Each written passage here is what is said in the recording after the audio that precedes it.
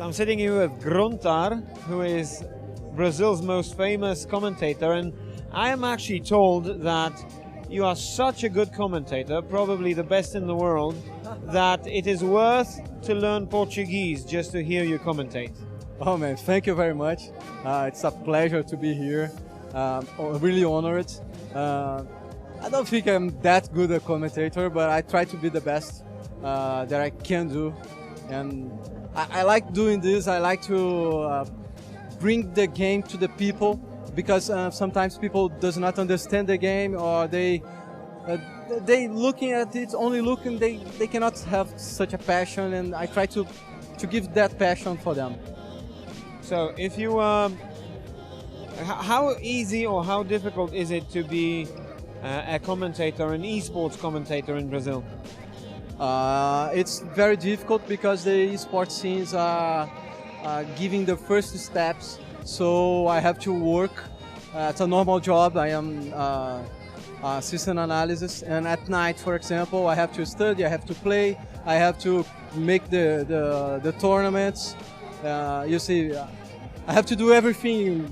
I'm trying right now to live only with the commentators, but that's not easy because there are not a lot of events. You cannot have support from the companies. It's difficult to get a sponsor, so it's a kind of difficult. And you're right now commentating both StarCraft 2 and League of Legends. Tell me a little bit about, does it differ in any way, one from another?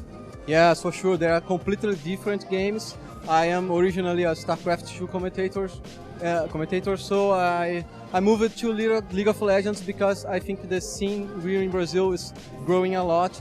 I thought that could be nice to have more people watching and to grow the esports scenes, and so I moved a little for League of Legends. It's a completely different game. It's a team game. You have a lot of room to improvise because in StarCraft 2 I try to be more technical. I try to be nice and cool, but in League of Legends I can improvise. You have a lot of things to tell the people. I don't like to say the name of the ability. I prefer to say he threw the axe in the head of the other guy, so something like this. So I have this room to improvise. It's very nice. It's a little difficult for me yet because I'm still giving my first steps in the game, so there are a lot of things that I don't know, but I'm trying really hard to get better at that. Can you tell me, can we expect Brazilian or South American players or teams reach a really, really high international level anytime soon? And if so, I mean, what are the obstacles for Brazilian players? Okay. Right now I think we have to improve a lot. Both in StarCraft and League of Legends. I have faith that that's gonna happen. The scenario is growing up. I think we need more structure in the scenario, more leagues, more tournaments, more chance for people to play, to improve. We need the Brazilian players to realize they have to practice if they want to really get good. They need to practice it in the right way. You don't have to be there all day playing. If you don't improve, you have to improve. You have to see your mistakes. You have to try to get really better and not only play. I don't think that you improve only by playing. You have to watch what you are doing bad and try to get better. So I think that's very important. We saw today some StarCraft 2 players that they are very young. There is a very good guy. He's 14, and I think that when he gets, if he practices real hard, he can get real good. There are other examples too. I really hope these guys get real good so they can compete in the international scene. Can we expect in 2013 to see a Brazilian or a South American player or a team in the top 8 of a big international tournament? I really hope so. I'm not sure that's going to be possible this year because I think it's still a little too soon. The guys, they are not professional, you know. They have to study, they have to work, and they play.